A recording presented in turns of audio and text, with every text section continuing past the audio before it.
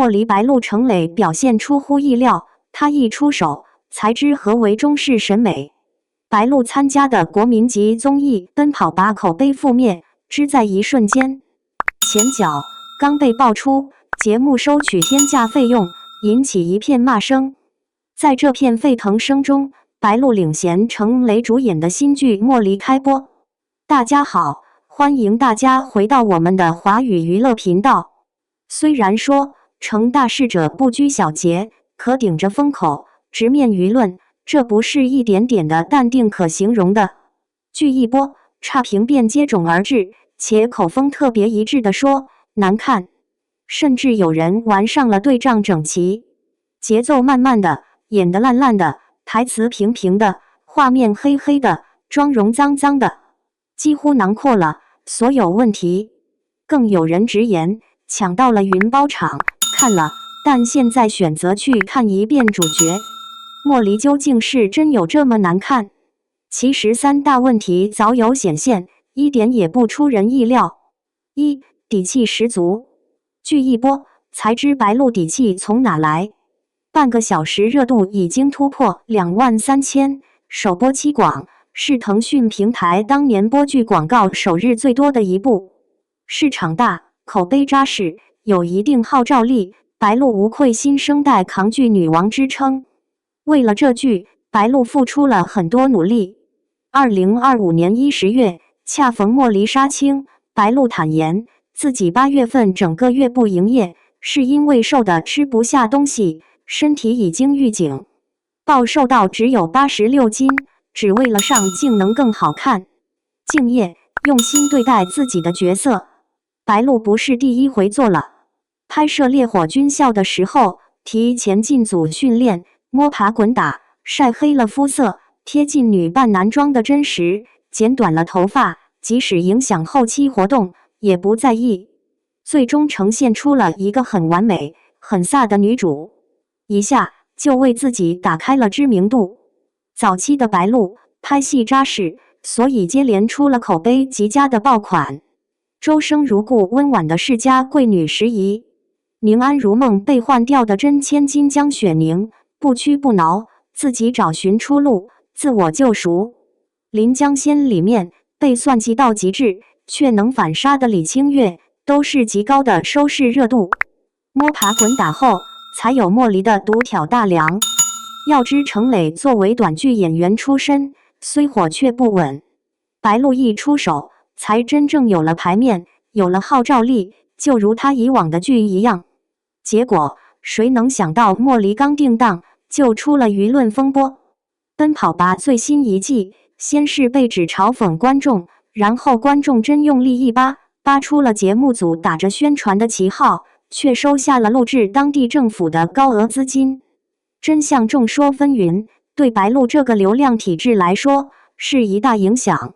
好感度一低，看剧的人自然而然会先入为主，对莫离的影响不可谓不大。成也流量，败也流量，这算是古偶剧一大通病。但一切靠事实说话，在事情未定性之前，影响不会太大。网上骂骂咧咧再多，其实看剧的观众依旧不少。二、演技没问题。白鹿饰演的叶离，早亡的母亲，偏心的爹，续娶的继室，准备拿着她填补婚事，嫁给残疾王爷莫修瑶程磊氏。那先算嫁妆吧。女主可不坐以待毙，借着匾额丢失的缘故，引人查她的嫁妆。嫁妆箱子打开，才知东西早已经被换，逼得继母不得不承认这是自家女儿的嫁妆。至于女主嫁妆还好好保存，女主也不急，默默行事，趁着族老都在，把自己亲娘的东西都弄到手，定死了继母只是代为打理。世家大族最好名声，她就用这一招为自己谋取利益。印象里白鹿总是活蹦乱跳，哈哈大笑的性子，演起聪明劲来一点也不差，平静无波的表面却暗藏杀机。这还没完，嫁去王府碰到的是残破杀孽过重的王爷，阴质冷漠，且还要面对太史的羞辱。大婚当日，竟都要被阻拦，要先抄写经书。两人都是小苦瓜，对手戏也有意思。男主主动提起，女主曾是离王未婚妻，如今嫁给他，会不会有嫌隙？女主简单几句交锋，便交代清楚。首先说，原来离王这么受欢迎，怪不得要与我退亲。我久居山上，还真不知晓。